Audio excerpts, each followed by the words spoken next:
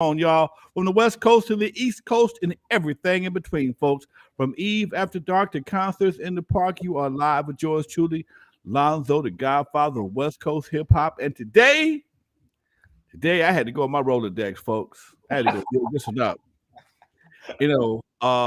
There's some brothers in the game, especially here in Compton and LA. If I don't put no polish on them, they won't get no shine. Okay. This brother right here, we go way back. We go back to Yeah. I'm hustling records. I'm hustling records in the streets, and he got a shop. And next thing I know, he running things in Long Beach. My boy, we go back like Cracker Jacks and sandboxes. Yes, Big K, what's up with your money? I'm gonna give Alonzo applause. I couldn't have did without Alonzo. You understand me? Mad at you. I ain't mad at you. How you feeling, man? I'm doing good, man. Just surviving and still mashing. Ain't nothing changed in my game. My Rolodex is still broad based from east to west and north to south, and things are still cracking with this end, man. Legends like yourself, man. Who hold on one second. Let me turn this thing up. Alexa, off. Alexa, off. Bitch she won't shut up when she's supposed to. Yeah. Train her ass. Anyway, because if I had that music in the background, they'll mute this thing like it ain't nobody's business. They sure would, yeah. Like I said before, folks, my man right here, man. Tell him, well, you go back to Eazy-E before he was Eazy-E, when he was just Eric. He was just Eric, yeah. He was just Eric. Y'all go back like that, man. Tell him about your hanging out, rolling with Eazy-E back in the day, man. Well, it all started off as kids, man, just doing what kids do. You know what I mean? Playing in the front yard. Eric was a real shy guy. His mother and father was kind of strict. We was the real boys in the hood, terrorizing shit. But Eric was always laid back, observant. So prior to all that crazy stuff, Eric was very athletic. So we like to see Eric do somersaults, backflips off the wall in front of his house. He was very ingenious at a young age. We all were. And some of the fun stuff Eric would like to do, we would like to go do, mischief stuff at night, walk the house parties. Eric would, flush out gophers and start them on fire with a lighter fluid and throw a match on them and watch them run around the backyard. You know what I mean? So we all had our differences, but Eric was very keen and he was very observant. You know what I mean? I had Greg Tucker. Greg Tucker was one of our best friends, still is. He lived next door to me. Eric lived on Muriel. I lived on Kurupt, one block over. So we would just hop the gate or walk through the alley. Okay. So Eric would get up early in the morning. He was an early bird and just wait for us to get up and come outside, man. He would wait on Greg Tucker's porch next door. And he would just ask us what we got going on today. And God knows that if Greg was around, he had a stolen car. And Eric loved to see.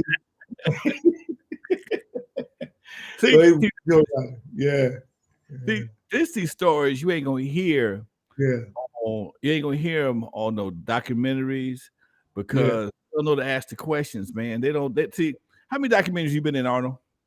I'm in about, I'm more behind the scenes stuff, Lonzo. As you know, I'm not one to get in front, or when I work with the artists, Daz, Kurupt, Snoop, it's always them. I'm always in the back because it's people like us that make the things work. So, but national documentaries, about 5, and then independent ones, Catch Me on the Block or Streets of Compton was a good one. I didn't know I was actually going to be in. I just helped the production company get MC8 and Chill and a few other people. And then those people will talk about Big A. And I just wasn't about to talk about the Streets of Compton because I didn't like how it was being portrayed in the documentary with all the gug bang, the drugs. So when it got to me, I told him I'm not going to downgrade what I used to do, but I can upgrade on what we're doing and how it all started in the music business. So I just gave it up to Eric, you know what I mean? And that's how I made the cut. Yeah. I knew Eric. You knew Eric. You knew him. You knew him more intimate than I did. Y'all was closer. Y'all was tighter. By the time everybody come to the music game, I was his first mentor, first person to put him on the game. Yeah. When you talked about the people that were rolling with him before he got money, Okay, yeah, kid yeah, doing crazy stuff. I yeah, mean, this is yeah, kind of stuff that I like talking about because not that I'm yeah, trying to bring anybody down. I just humanize them. That's all. Just yeah, humanize them. They yeah, human. yeah, They hopped the fence as kids. They yeah, he was, and most yeah. cats don't realize he was really a quiet dude. He Okay, was quiet. He was quiet. he was a Observant. very quiet dude. I mean, he would be in the house. You never know he was there until the Exactly. phone rang or something. Exactly. Okay. He was a guy. My boy said, I got a question. His boy said, I got a question. Why when the Brooklyn rapper AZ threw a shot at the late great Easy E on one side, anything? No one said anything. I'm not familiar with the AZ. I never heard of AZ. I've never heard of AZ say anything negative about Eric. I know Tim Dog did. A few other artists from the East Coast did, but not too many. Not too many. My man, Martin, his name is Big A. Big A is an OG of Compton. I mean, triple OG of Compton. Um, record store owner, friend of Easy E, manager for Daz and Kurupt, worked with Snoop Dogg. Yeah. I mean, he's worked with everybody on that side of town. He's at Compton, Long Beach connection that folks don't know exist. Okay, Right. you know, ain't never been no beef between Long Beach and Compton. Right. Till No. do they ever have? I mean, you see it on television now. You know, they act like it's a big beef. But most of the time, Compton and Long Beach pretty much roll together. They was, they call what they call Long Beach, East Compton or West Compton or something like that. They call it. Yeah, it's always been that. You been one of them cats that's always had that inner city relationships with various folks, man. And, so, but I had to give you some shine, man. I was thinking about you the other day. I hadn't talked to you in a while. I'm serious. I hadn't thought of. When I think about my different people I bring on my show, and it's cool to have folks that's everybody know, but I think it does an injustice to the game. Yeah, and folks like yourself, Kelvin Anderson, people that's been down from day one. I mean, day one players, okay? Players don't get no shine, okay? Yeah. I'm a day one, and I think the day oneers need to get their shine, because what's gonna happen is some point in time we're gonna be out of here, and somebody discover your history, and everybody else gonna talk about you in third person. And Mr. Bush, and here this man is right here today. Let's talk right now. I wanted to call you today and talk to you and do an interview with you, because I haven't seen you on a lot of stuff, but it's always a pleasure to kick it with you. Man, no AZ, that was Nas. No AZ, that rap was Nas. Okay. Wow. Gotta research that, but nah, I never heard of nothing like that. AZ of My Style dissed Easy E. Okay. What's up, big homie? I consider you a part of the OG Path Compton, put on the map. Much love, Marlon. Yeah. What's up, Marlon? Sometimes I don't know. I know who Nas is, of course. I don't know who AZ is, and sometimes people just don't respond. If it don't hit the radar, I mean, back in the day, man, it ain't like it is right now. Somebody say something about you, it goes viral real quick. You respond. But back then, if it wasn't a hit record, it might be a regional hit. Nobody paid no attention. Dude, who are you? Okay, that's true. Could be that actually be the case. Go ahead. Eric and his music really never dissed anybody. But Dre, unless it was Dre or Snoop them, but he would never give anybody that space in his career, and it wasn't worth it. One thing about Eric, if you did say something about it, or if these artists said something, he's going to keep it out the streets and take it directly to you when he run across you. He's not going, back then we didn't have internet. It was just a lot of chitter chatter. You know what I mean? And so I personally think he just ignored it. The ironic part about Eric, prior to him being Eazy-E, I didn't know he was Eazy-E. People say, "How you didn't know he was Eazy-E?" Yeah, I didn't know he was Eazy-E. In 1984, in 1983, I moved to 37th of Vermont to the Marla Gibbs apartments with my mother, and I went to school right across the street from USC. because I was tired of everything going on in Compton, the drugs, the charm, the angel dust, what we were doing. So when I left, everybody was still doing that. Eric was just got his little stuff, and I was like, I'm out of here. And I became a design draftsman. I went to drafting school and learned that computer-aided drafting, and decided to turn my life around and to get into the aerospace industry as a draftsman, as a tracer for Boeing or Northrop or Lockheed or something. So I kind of like turned my life around. So I left Compton for a year. And before I even thought about going back, I didn't get a job in the aerospace industry. So in '84, I got kind of frustrated after graduating from design drafting school. And I went to the military, man. What? I joined the military, 12 Bravo combat engineer, honorable discharge veteran. You know what I mean? So I went there. If I bang for the city, I'm going to bang for the country, but legally get down and become, get educated on military life. And so I did 4 years of active duty in the military. But I found out he was Eazy-E in 88, 87, 88. When I was stationed in Fort Dix, New Jersey. And Eazy them, it was a big tour coming up. And because I was on the East Coast, I had just came down from Anchorage, Alaska, and went to Fort Dix in New Jersey. So I was on the East Coast. Been on the military. I'm like, let me go to a concert. They had a concert in Philadelphia at the Spectrum, right? So I left. I got me an off-base pass, because back then you had to let them know you leave and get a pass to go off base. So I got an off-base pass to go to another state. I'm in New Jersey, so I had to drive the turnpike to Philadelphia. That's a whole other state.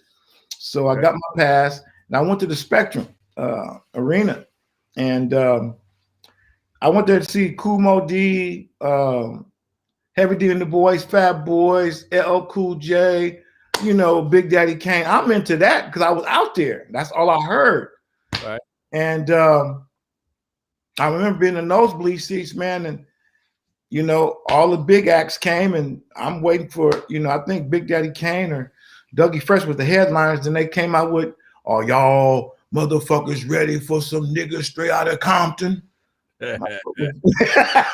All the lights, turn off. "Are you ready for N.W.A?" I didn't know what that was. And they came out bumping straight out of Compton. I'm like, what is that? So before I even I'm listening to it, sounded fly. I went to the payphone inside the arena and called home. I called my little brother Blue Rack from the Banging on Wax. You know him, you met Blue. And I'm like, hey, Joe, what's this N.W.A shit, man? What is N.W.A? He said, "Man, that's niggas with attitude. That's easy." I said, "Who was that?" He said, "Eric." I said, Eric who? He said, "Eric Wright, your homie around the corner, Easy now, cuz he a millionaire." I hung up the phone. And the red coast, the ushers, they could not hold me back, Lonzo. I made a straight beeline to the front of the stage, dog. And Eric seen a little commotion. He seen a little commotion while they was performing. And he recognized me, and he looked at his glasses. He said, "Oh, he cool. He came to the side. He cool. Right. And he was, they let me sit on the side of the stage and watch the show on the side of the stage. And when they came off the stage, Rand came, "What's up, Arnold?" And what? Easy came up, "What's up, Arn?" I'm like, "What's up, E?" Because we called him E, as you know. "What's up, E?" I'm Easy-E now. I'm like, Easy-E. It's like, I'm on record label, man. It's N.W.A, niggas with attitudes. And I was just stunned, you know what I mean? And Jerry was like, "Come on, Eric, we got to go. He said, "Arn, give me a call. Arn." Gave me his business card, Ruthless Records. Wow. And I had maybe 2 years left, right? Okay. And once I was mesmerized behind that, I went back to the military and went to the PX and got all the Right On rap magazines and just started researching. Okay. Like, I really know somebody in the music business, and like, this is my homeboy. So I just kept that close. And I got home in 89. Okay. I got home in 89, and that's the first person I called was Eric. As soon as I touched down, I went home in Compton, called the phone number on the record label, 818. Jerry, a receptionist answered the phone, Ruthless Records. I asked to speak to Eric. She said, "Hold on." Then Jerry on the phone. Oh, it's Jerry. How can I help you? I said, I need to speak to Eric. Is this business or pleasure? I said, it's pleasure. What's your name? I said, Arnold. What's up, Arn? He said, you home? I'm like, yeah. He said, come to my office, dog. Where's that at? He said, Woodland Hills. When the fuck is Woodland Hills, man? You know, I'm Compton, Long Beach, Watts, Inglewood. You know, I'm in that, right?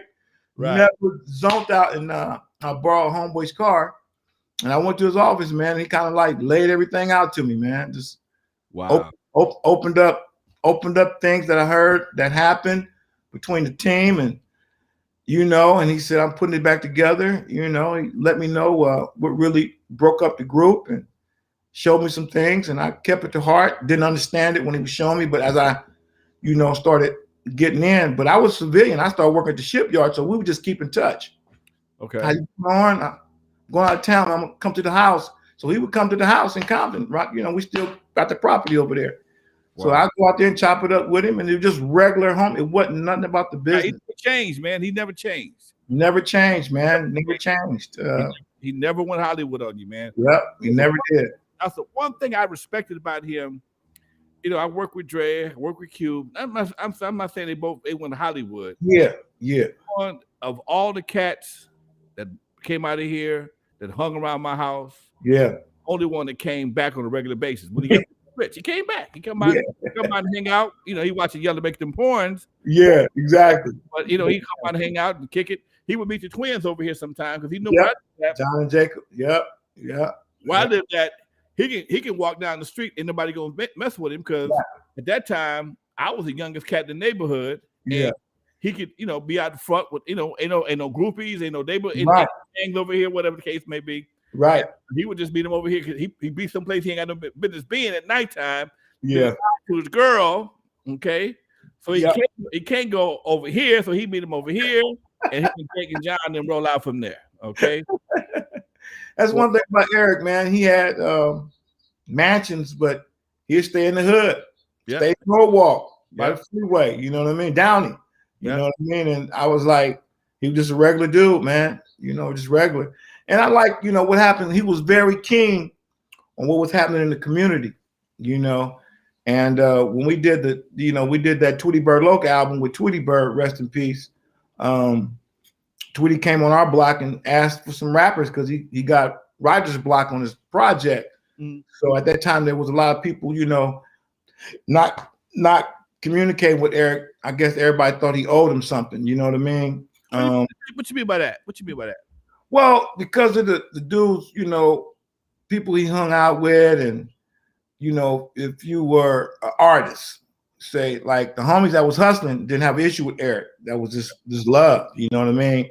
Because he got along with the South Side neighborhoods, Kelly Parks, and Atlantic Drives, and he got along with the looters and, you know, Bloods and stuff, man. So it wasn't a big issue, but there was a lot of dissing going on within the real homeboys, you know, people we grew up with or hung around. You know, Tweety Bird had, you know, put out a record dissing N.W.A. Okay. You know, and he overlooked that. You know, because I remember one night the record came out. Tweety Bird and dropped the record on Quality Records with Rush Regans and them. Yeah, through that guy, I forget, Ronnie Phillips, rest in peace. Right. They dropped that record, and Eric. It was funny, man, because when they dropped that record, he really didn't respond. But we was at Wide Tracks around the corner recording that record from Solar Records, where Drayden was recording. Okay. You know what I mean? And Snoop them was around the corner from Wide Tracks when they was recording album at Wide Tracks right around the corner. And I can remember the night Dre pulled up because we didn't know that Death Row was right around the corner at Solar recording. We didn't know. But Ronnie Phillips knew. Ronnie Phillips was shopping Tweety Bird to Death Row. We didn't know. And so that's what, because Tweety Bird, we grew up with Dre. So Ronnie take it around there. Dre listened to it. Him and Mr. Lake comes around the corner in this Beamer. He was like, let me talk to Tweety. So he said, Tweety, we'll fuck with you, but you got to take me off of that and DOC off of that and Mr. Lake off of that. And Tweety was like, nah, you know what I mean? Okay. And so that kind of like put a little something, but Easy never responded to that. So then after that project, we did the Banging on Wax project, Bloods and Crips. Right. That's when Eric seen the talent from homeboys that he did give action to. Now, don't get me wrong. He did he did always give him opportunity. Like, give me some music. I'll fuck with you. I got an avenue. But we could never, I let them be the artists. They could never get the production to get the record. So he sent Sir Jinx around there. Okay. Get him a couple tracks, record them, and let me hear the demo. You know what I mean? So when he got the demo, it wasn't to the standard of him being in the music business. So he really couldn't do nothing with the guys. You know what? And see, and that's one of them things, man, that brothers got bad when it comes to, when you get some success, they think you owe them something. I'm like, dude, you don't meet quality control, dude. It's damage to this thing, Doc. I can't to you because you want it, because I mean you ain't gonna take care of it.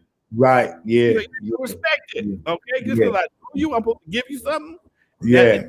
Like that, man. You got to pray, you got to come with talent like everybody else. And that's one of the things I've always kind of struggled with. And at one point in time, I kind of backed away myself with the same thing, man. Man, put me on. Yeah. You ain't be put on yet. You need some more work, dude. You ain't ready for the big time yet. But see, that's one thing about the business, Lonzo. There's show business, music business, entertainment business. We all work together. Right. Now, in the music business, the artist has to be an entertainer. And he has to be prepared for the show business part, the shows. You know what I mean? So as a futurist, as an incubator, as an executive, we have to take it back to the Berry Gordy days, artist development, and really let them know you don't have the stage presence. I don't feel comfortable putting you out there. Now, if you want to go out there independently, hey, so be it. But I think we need to polish you up a little more. Eric really didn't have the time to do that because he expected you to, if you say you rapping, okay, you can rap, but you can't entertain. So it has to coincide with each other. Right. And man, thank you, Doc. Thank you. And I think that's one of the things that's missing today, man. A lot of these artists. Yeah. A lot of these guys, a lot of the artists I see, they're more about the pageantry of a character. Yes. Opposed to musician or being an entertainer. Yeah. And I would tell guys, I gave hundreds of talent shows. Yeah. After dark, I was doing one every Thursday for a while. Right. I've heard some fantastic rappers, and the whole time when they getting their flow on, they're looking at their shoes. Looking at their shoes or looking at their buddy, rapping with their friend. Yeah. Not entertaining the crowd. No, dude, you got great skills and you sound good, but you have no crowd interaction. You are so shy. It's going to show. They're going to run you off the stage. You're going. That's right. Yeah. I understand. I totally get that, Doc. I totally get it. Yeah. What's like working with Daz and Kurupt, man? Oh man, you know what? That came about. When Eric died, man, I promised him something. I got a chance to talk to Eric at the hospital. A lot of people don't know that, but he knows it, and his family know it. Because I got one of the calls. I was one of the first person that Miss Wright called, let me know that Eric was in the hospital.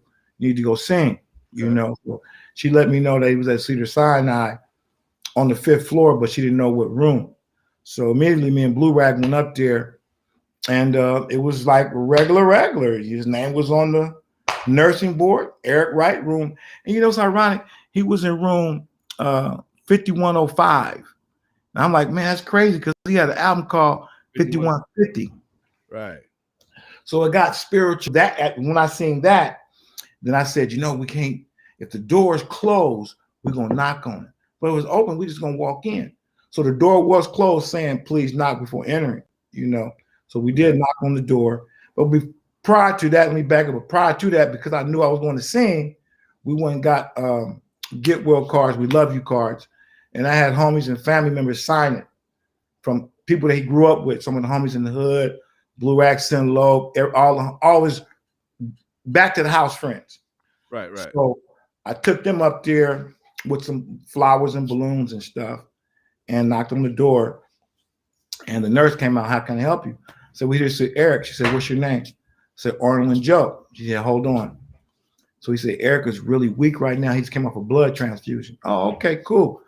So I couldn't take no for answers. I said, well, give him this and let him know we love him. She said, I sure will. So at Cedar Sinai, people don't know, there's a phone right there by the door. You know what I mean? So I just called his room number, and he answered the phone. I said, Eric, he said, what's up, Arnold? I said, come on, man. You know, because I was hearing all the rumors and, right. you know, and all the stuff. And his mother let him know we was coming up there. So he did answer the phone.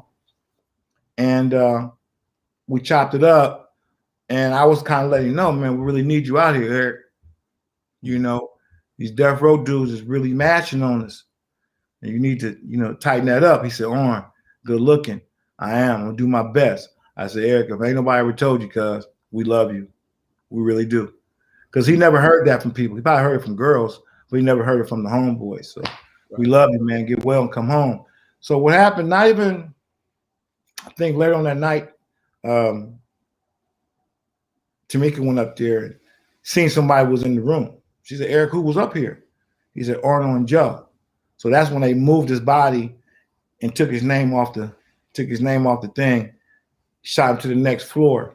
Now, a lot of things happened in between them because on a couple of days after that, he was supposed to have surgery to remove fluid from his lungs. But there was a ceremony that happened prior to him having that surgery. So the surgery never happened. You know what I mean? So they put him on another floor and things went the way they went. You know what I mean? How you feel about that? You know what, man? I came to the conclusion, and me and Eric and some of the family members, and you know, just being an OG, man. You know, we all know what happened. You know what I mean? Even the FBI know what happened. I mean, if you research, it explained to you in details what happened from the top to the bottom, to the reels that came up missing, to the reels that wind up in Canada, to the phone number being forwarded to Canada. You know, just a lot of things starts transpiring. And but I can tell you right now, I'd rather for it to be where it is right now, accessible to us. You know what I mean? Because if it would have went another way, it wouldn't have been accessible. It would have been nothing. So the moves that were made, I think, you know, because I got to know Tamika, it was the best thing going at the time. Maybe I don't agree with some of the things that we do, but she's cool people. And I think in the very near future, as you can see, you know, we still ruthless. You know what I mean? But we're rich and ruthless. So that was something that we worked out to continue to keep the legacy alive, give us the opportunity not to really, because, you know, we went to a big lawsuit and we kind of like battled it out. About what? And, Ruthless. You know, at one point I had Ruthless Records. Me and Lil Easy, we had Ruthless Records. Right. We had the business. This is on the internet. You can Google it. Me and Lil Easy incorporated Ruthless because it had defunct. You know what I mean? And we reincorporated it. And it was not a spite. It was not a spite. It was just that it was lingering out there, and I wanted to kind of bring it back and then give it to the kids. You know what I mean? At one time, I was talking to Jerry. Yep. Ruthless Records was owned by somebody else. That's why they had to do Comptown. And later on, they ended up with Ruthless Records because I think it was Ruthless Records was actually owned by somebody else, and a lot of stuff was done through Comptown. Well, it's still done through Comptown. Ruthless Records was a DBA. It was never incorporated. You know what I mean? Right. Somebody had that name. They did a DBA, and then they did everything through Comptown. Then you said at some point in time, whoever had it, let it go defunct? No, it went defunct. It went defunct because, you know, it wasn't putting out no music, and only thing that was rolling in were checks. You know what I mean? Checks was rolling in under Comptown. So when I got a call from a Japanese motherfucker in Japan who was trying to come and do it. So while he's telling me he wanted me and Lil Easy to be a part of it, he's finna come. He told me to buy Ruthless Records. I'm like, you finna buy it? So I immediately went to the state of California and see, you know, what was going on. And I seen that it was, you know, suspended, defunct. I'm like, what? Okay. So I immediately got my credit card out, went to the Secretary of State and saved it and put it in little E and me and his name. And boom, when we got the articles, I took it to him and Ms. Wright. Like, man, we got. He said, "What is that, huh?" It's the name. I mean, we got to still fight for the trademark, but we can still hold on. Nobody else can go try to do it and bring it back. Yeah, you got some leverage. So I kind of saved it, and then that was in 2015, and then 2017. Okay. I think somebody from Orchard Sony contacted her and asked her, "Do you know anything about this?" Because they came up with a business card with a little E name on it. So I guess she gave it to her attorneys for them to look into this.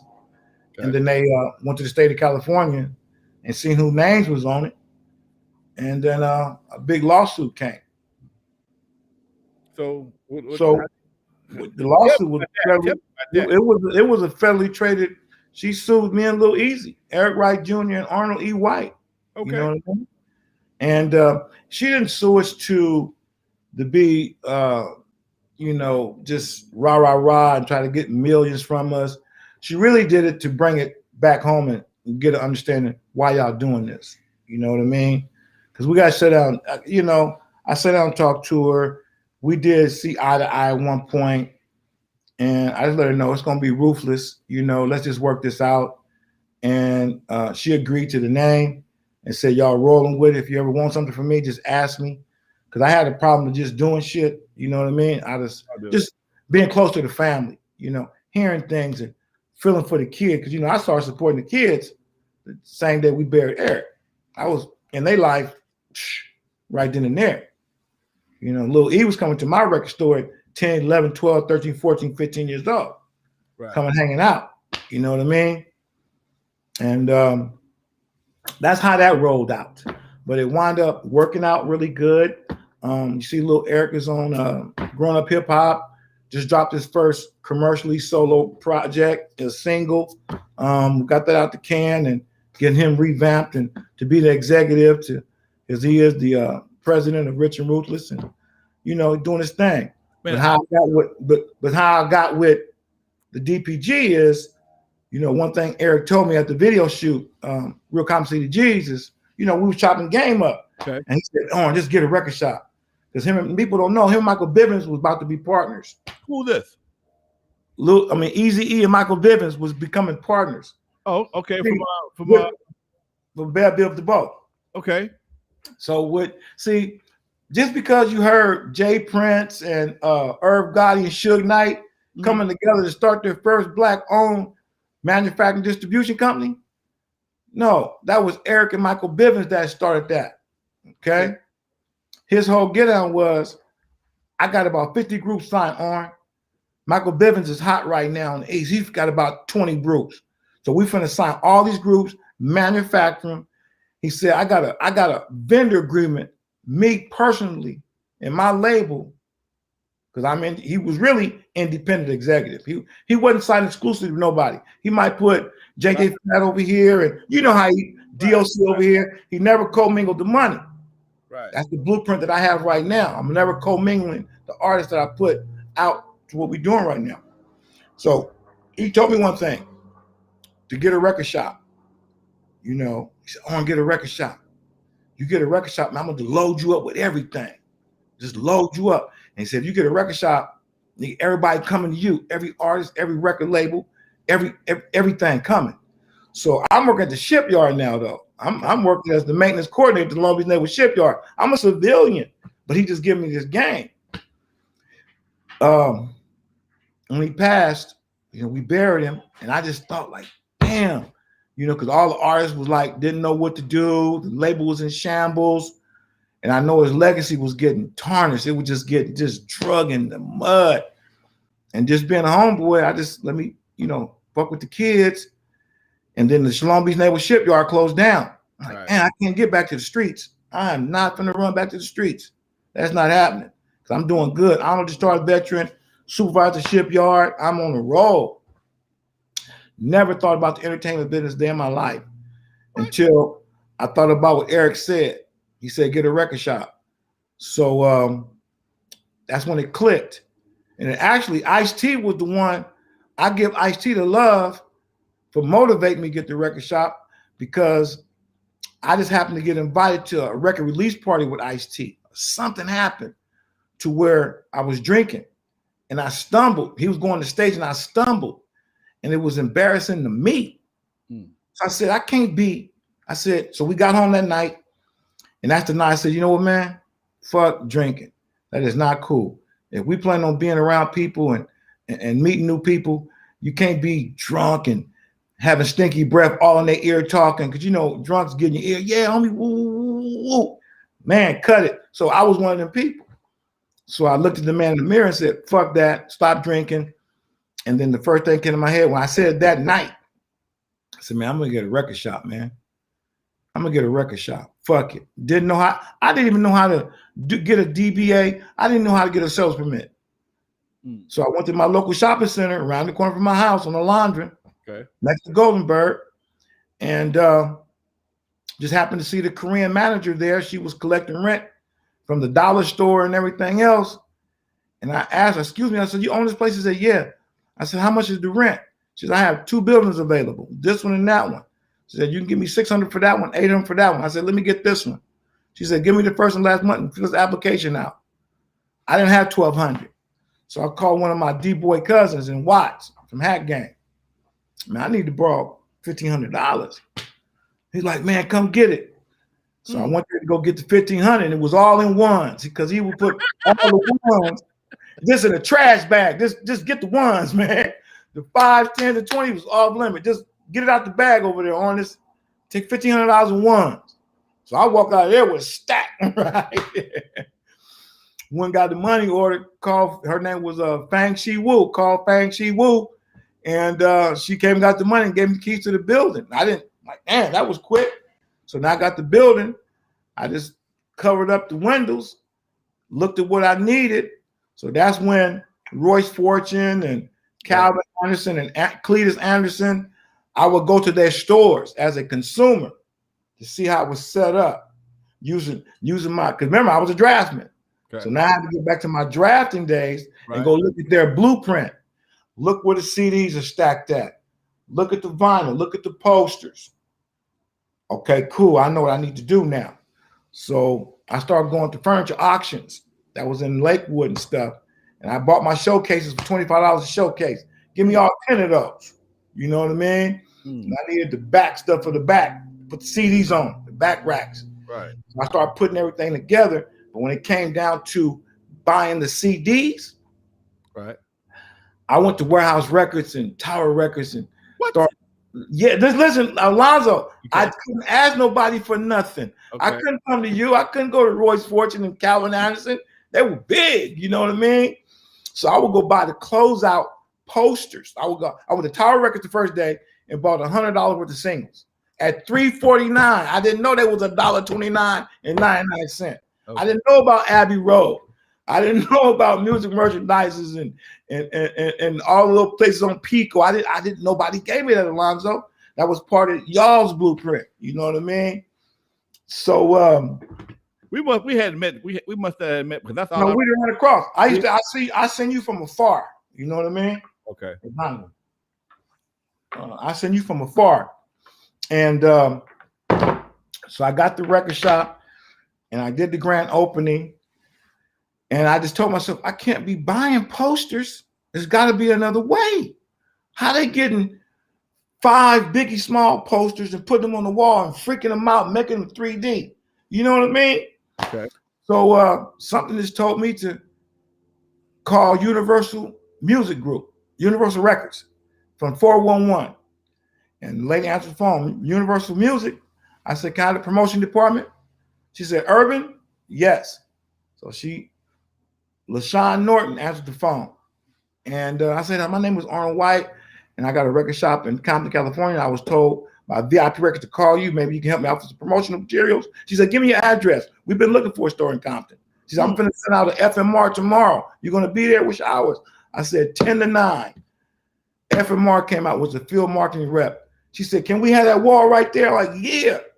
Hooked it up. Bam, bam, bam, bam, bam. Took a picture of it. Boom. Now that FMR and LaShawn Norton told people at Polygram about my store. Right. And then Sony. And then everybody just started coming to the store. Now, I didn't know about buying the wall space. I was just getting in the game. Right. So I let them get free space. Then I learned about light boxes. I'm like, oh, it's okay. You know, I just started making my own light boxes, going to Home Depot and buying the light you put into the light you would buy to put into a barbershop, the top light, the fluorescent lights. Right. I would get them and put the poster on the inside with the clear, drop it in the window. It was a light box. You know what I'm saying? See, Doc, that's the hell of a story, dude. That's a hell of a story. I mean, that goes to show you how if you ain't got to have a game, you got to have the heart to play the game. Okay? Yes. You can have no game. You buying records, buying records and whole retail. Yes. You just be in the game, okay? Yes. If I didn't know, because back then, everybody you just mentioned, Abbey Road, Pico. I know. This one time, there was all my folks. So Don over there on Pico, you know what I'm saying? Don, that's a Jewish guy that buy records. Yeah, he had this little spot on Pico. You go all the way to the back. Right, you know right. I mean? Yeah. See, I'm glad you said that. I forgot his name. I know you did. That's where Steve Yano at. Okay? Yes. Steve Yano. Yeah. From the Rhodium Swap Meet, I'm slinging bootlegs. Yeah. And Steve Yano was in there dealing with Don.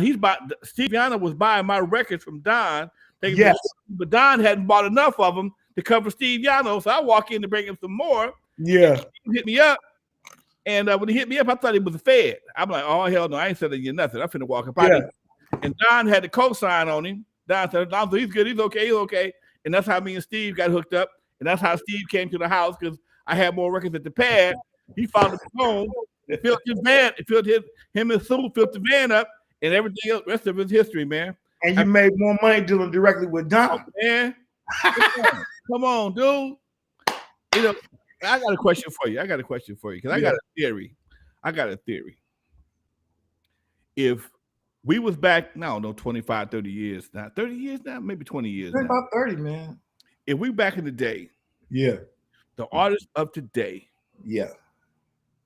if folks had to get in their car and drive to Arnold's record shop, pull their money out their pocket, or had to go through the record files, the record bins, the CD bins, pick out the hottest stuff, they still would be as successful as they are right now. Yes. The artists of today. Yeah. You know, we came from the 45s to the 33s to the 8-track to the cassettes to the CDs to downloads, Lonzo. I seen this whole and I've been in it. Every transition I've been in it. I never fell off. I stayed in it. Okay. You know what I mean? But just to get back to your original story, when Eric died, I remember hearing Snoop Dogg on the beat, right? Okay.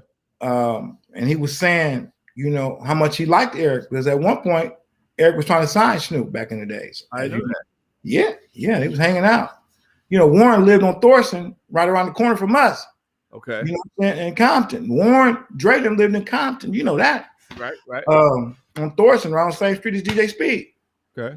So, I heard him say something, and it resonated with me. If there's anything I can do, just holler. You know what I mean? Eric was a cool dude, Compton. You know what I mean? So I kept that in mind. I never thought it would get to where it is. But just ironic, Lonzo, after about 3 years of having a record shop, this lady came to my store and asked for, is that the Temptations or Dramatics, Lady in Red? It was an album called Lady in Red. Right. And she was looking for that record for about 6 months, went to all the VIP records, Royce Fortune, Tower Records. She looked for that record for about 6 months for her birthday. And she came to my store. And she asked for the record, and I looked on the Abbey Road's database and I logged in and seen they had one left. I said, I can get that for you. She said, for real? I'm like, yeah, tell me what you can charge me. You know what, Mom? Just give me $15. It was on. I got it for what, $7.99? You know what I mean? I said, give me $15 and I have it here tomorrow. She said, what? She said, your word, your bond. Gave me the 15. I rung up, gave her. I said, come back tomorrow about 12. She left my store about 3. I went on downtown. I closed up. Blue Rack stayed there. I went on downtown Abbey Road because I didn't want to wait. Pulled out the bin way in the back, grabbed it, came back to the store. She came there the next day at 12 and picked up that record. She said, wow, I like that. I said, a lot of us don't give, real customer service because the owners of the store are really not working there. They got employees. So I kind of take pride in, dealing with the customers because I want you to come back. She said, well, I see you got a DJ equipment over there that says DJ on duty. She said, yeah, I DJ. She said, well, I'm having my party in about 2 weeks. How much you charge me to come DJ my party? I said, where it's going to be at? She said, Long Beach at the Radisson Hotel on Ocean. I said, you know what, since your birthday, I'll DJ you for 6 hours for $100. She said, done deal, pay me right then and there. Still didn't know who she was, Lonzo. So me and Blue Rag packed up that equipment, I got a gig, got my crates. And now what I did, I got my crates, but I asked her for 25 songs she wanted to hear. Her, not rocking. I want 25. You know what I'm saying? So they gave me a list of 25 songs, and I went to Napster and downloaded all of them and burned the CD. It wasn't an issue. You know what I mean? Hey man, folks, I got a question for you. Folks want to know where they can get that Richard Ruthless T-shirt and that Boys in the Hood hat. You can go to richardruthless.com. Go to richardruthless.com or go to richardruthless.com or go to comptonfashioncenter.com. Okay. And they're there. All that stuff is there. You know what I mean? But Snoop mom's, I didn't know she was Snoop's mother until her sister, Gail, rest in peace, said, okay, Arnold, put on Lady in Red. Beverly's coming down now. I didn't know who she was until I started seeing Nate Dogg and Daz and Trey D. I'm like, this is Death Row. So I'm like, this is Death Row. So here comes Snoop walking his mother down, Lady in Red. So I kicked off the party, man. Start playing the song she wanted to hear. Old school shit, old school funk. We rocked the party. And after the party, Snoop came and gave me some interaction. Came and gave me a tip. Hey, good looking OG, good looking man, taking care of moms. Good looking Snoop, gonna get a picture off for show. I just wanted for the record shop. Once we interacted, all the wives and girlfriends wanted my business card. If you DJ for Beverly, you can DJ for us. You know what I mean? Okay. Yeah, so I'm passing my business cards to all the girlfriends and wives, And then a week later, I get a call from, I got a visit from Dad's wife. I didn't know who she was. She pulled up in a Maybach in Compton. You know what I mean? She was in the back. Her sister April was driving. It was Dad's car. She pulled up and she came. She said, you Arnold? I guess she said, Maria wants you. I said, who? Dad's wife. Oh, okay. So I go out there. She said, I want you to baby shower. How much you going to charge me to come DJ my baby shower? I said, just give me $100, same as Beverly's. She says, is this Saturday? Same thing, just give me $100. I said, where you live at? She said, Mission Viejo. I said, what the fuck is Mission Viejo? I would guess. I'm like, I gotta go past San Diego. Wow.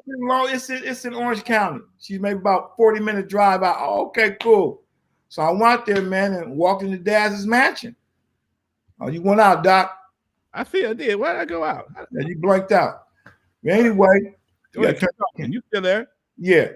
Anyway, so that interaction started, and I had a magazine. Remember the little magazine I had, Worldwide Update? It was a retailer magazine. Right. See, she asked me about my magazine and how did I do it. So I said, I do this every month. I'm getting money from the label. I was getting advertisements from the labels. I had all the billboards like Tower Records and VIP Records on my store. I had all that. So I started me a magazine because I wanted to get some advertising dollars, let alone the billboards. But like Calvin was getting advertising dollars from the magazine. So I took the blueprint from the Jet magazine, same size.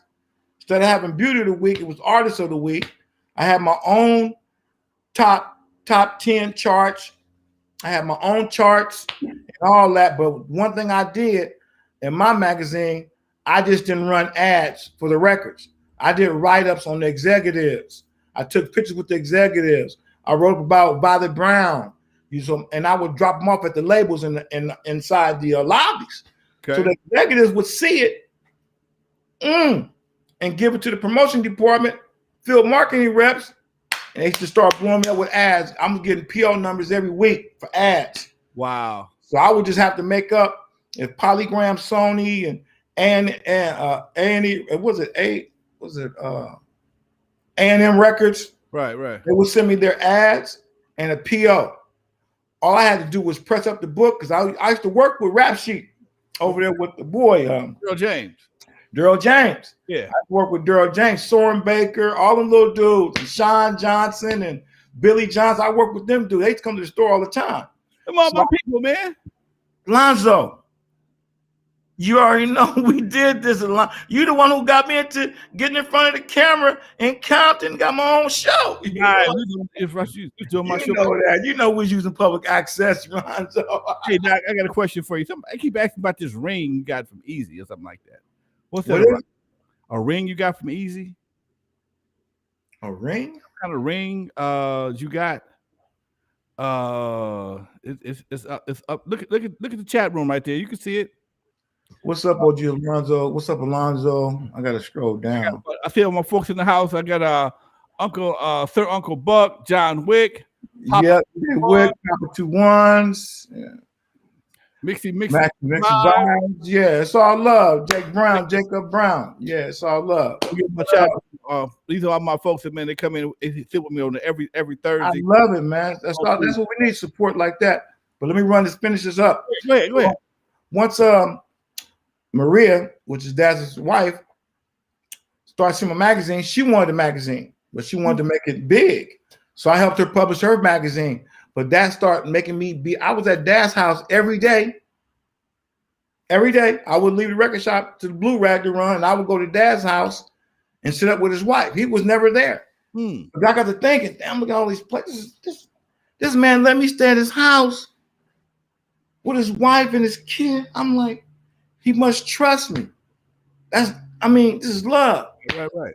You know, so, he dropped the album Raw, and he came to me, and he said, I know you're working with Maria, but I got this Raw. I got this album called Raw. I ain't on Death Row no more. I even DJ his going away party on the boat. You know what I mean? From Death Row, his leaving Death Row. I did all that, but we still didn't interact. You know what I mean? But he knew I was at his house. So when he dropped Raw, he brought me 100 pieces. I paid him $5 a piece. Took him to Don. Don gave me 8. He said, I need 200 more of these. Paid me up front. Daz, bring me 200 more. That was the good old days.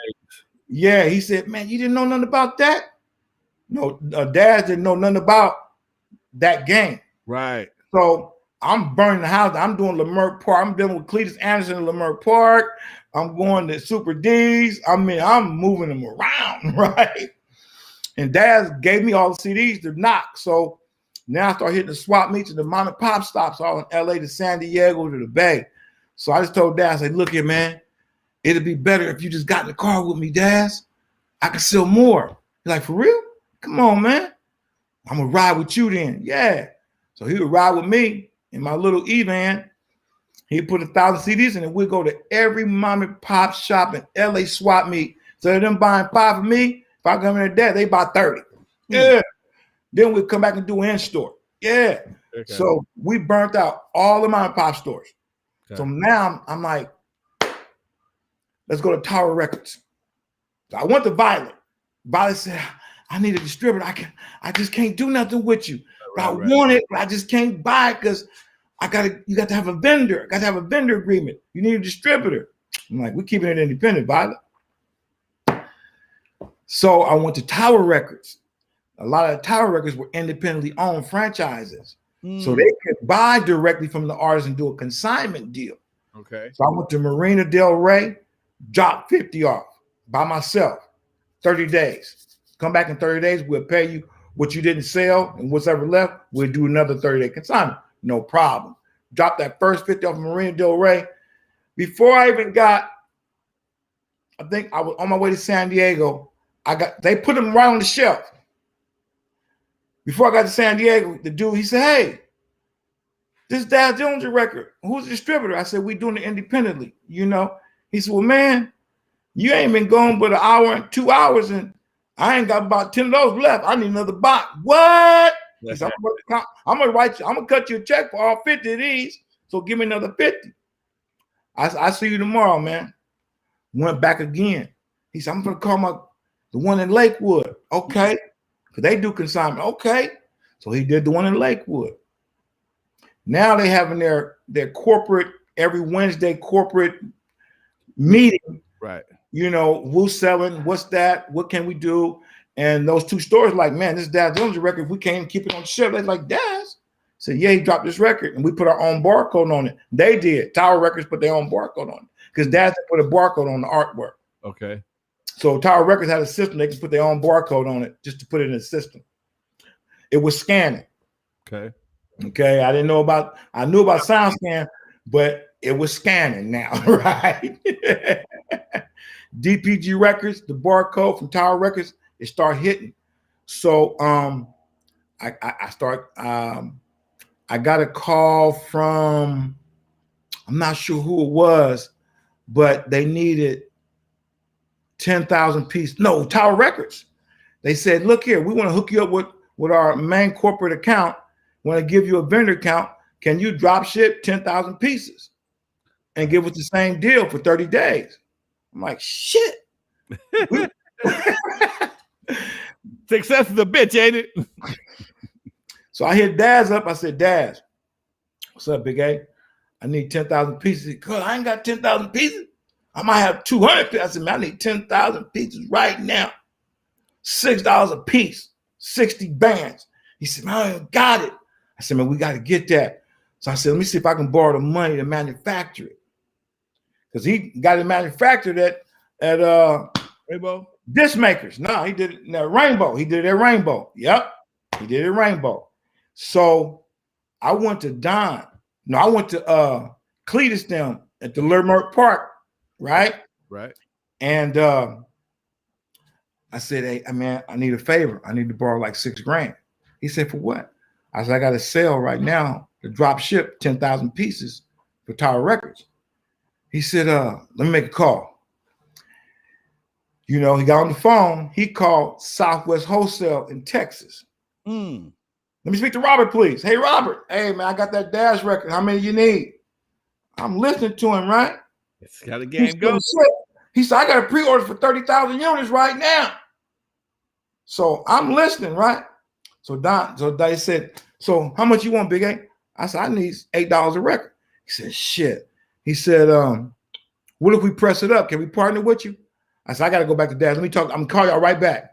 I got in the car, went to the house, my record shop, called 411 Southwest Wholesale, please.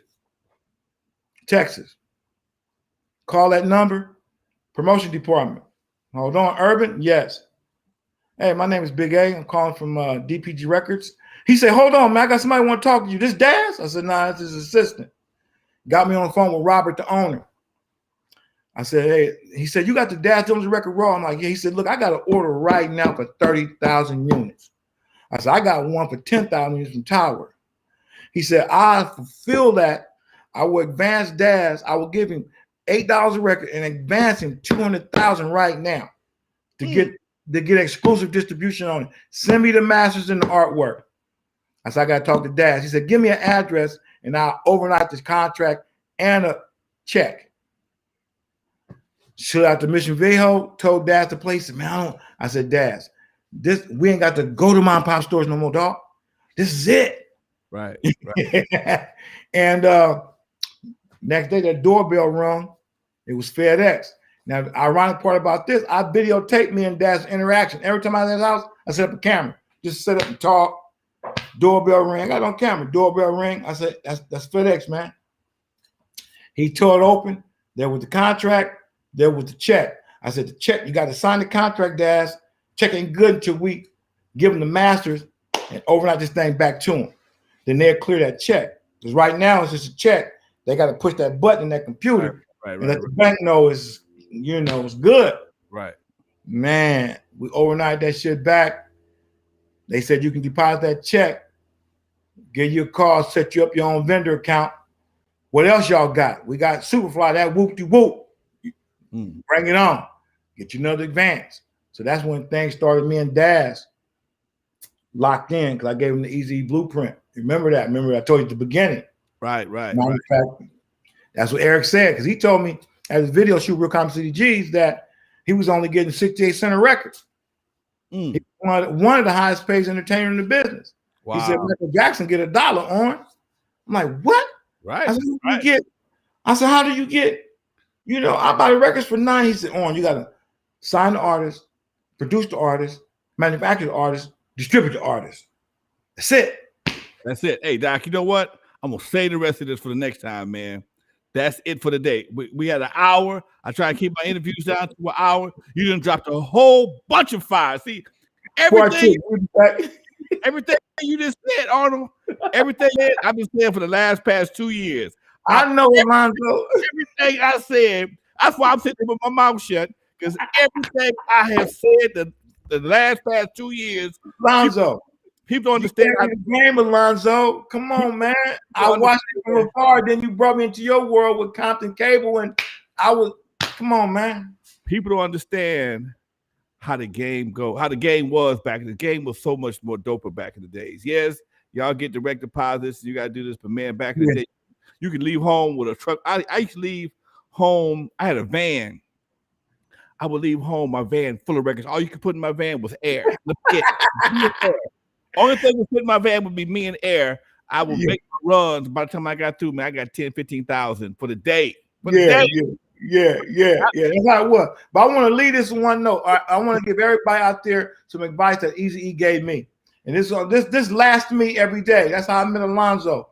And the secret to success is to believe in God, keep your faith, thank him for everything he's given you up until today, because he know you appreciate tomorrow. And the main thing is be careful on the toes you step on your way up, because it'd be the ass you kiss on your way down. That's big. That's why we survived this, Lonzo. Man, the toes you step on today will be connected to the ass you kissing tomorrow. Ooh, you couldn't have said it. I could have said it better myself, folks. Much love, much love, much love. Much love, man. Thank you for the opportunity. Holler at me, Lonzo. That's why I grabbed them OGs. That's why I grabbed these day one OGs, folks, because they know how we did it back in the day, and it'll never be done the same way again. Much love, chat room. Don't forget, y'all, check out my audio book, N.W.A. Not Without Alonzo, on Amazon, on Audible, the audio book. Download it, put it on your phone, folks. Put your headphones on. You'll hear these same kind of stories. We're going to do this again, Doc. We are. Part 2. Much love. You got it. All right, folks, we got it.